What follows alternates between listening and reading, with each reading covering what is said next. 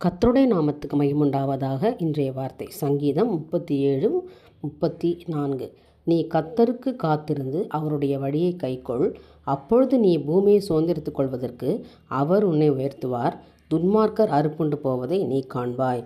விசுவாசிக்கிறவங்க ஆமேன்னு சொல்லுங்கள். எனக்கு அருமையான தேவனுடைய பிள்ளைகளை, நீங்கள் காத்திருக்கணும். யாருக்கு? ஆண்டவர்கிட்ட. கர்த்தருடைய சமூகத்தில் முழங்கால் படியிட்டு காலை மாலை 2 வேளையும் ஜெபம் பண்ணி தேவனுடைய சமூகத்தில் காத்திருக்கும் பொழுது, அவருடைய வழியை நீங்கள் கை கொள்ளும் பொழுது பூமியை சுதந்திரித்து கொள்வதற்கு அவர் உங்களை உயர்த்துவாராம். உலக பிராணமான ஆசீர்வாதங்களை கர்த்தர் உங்களுக்கு கொடுத்து, இந்த நாளிலே நான் உயர்த்துகிறேன் என்று வாக்கு கொடுக்குறார். நம்புறீங்களா? ஒரு ஆமேன்னு சொல்லுங்கள். கர்த்தர் உங்களை உயர்த்துவார். அவர் உன்னை உயர்த்துவார் மகளே. துன்மார்க்கர் அறுப்புண்டு போவதை நீ காண்பாய். உனக்கு விரோதமாக எழும்பி நிற்கிற துன்மார்க்கர் அறுப்புண்டு போவதே உங்கள் கண்கள் காணும். இன்றைய தினத்தில் ஒரு மிகப்பெரிய ஒரு ஆசீர்வாதத்தை கர்த்தர் கொடுக்க போகிறாரு. நம்பிக்கையோடு இந்த காலை வேளையில் ஆண்டுடைய நாமத்தை உயர்த்தி பிடிங்க. ஆண்டுகிட்ட காத்துருங்க.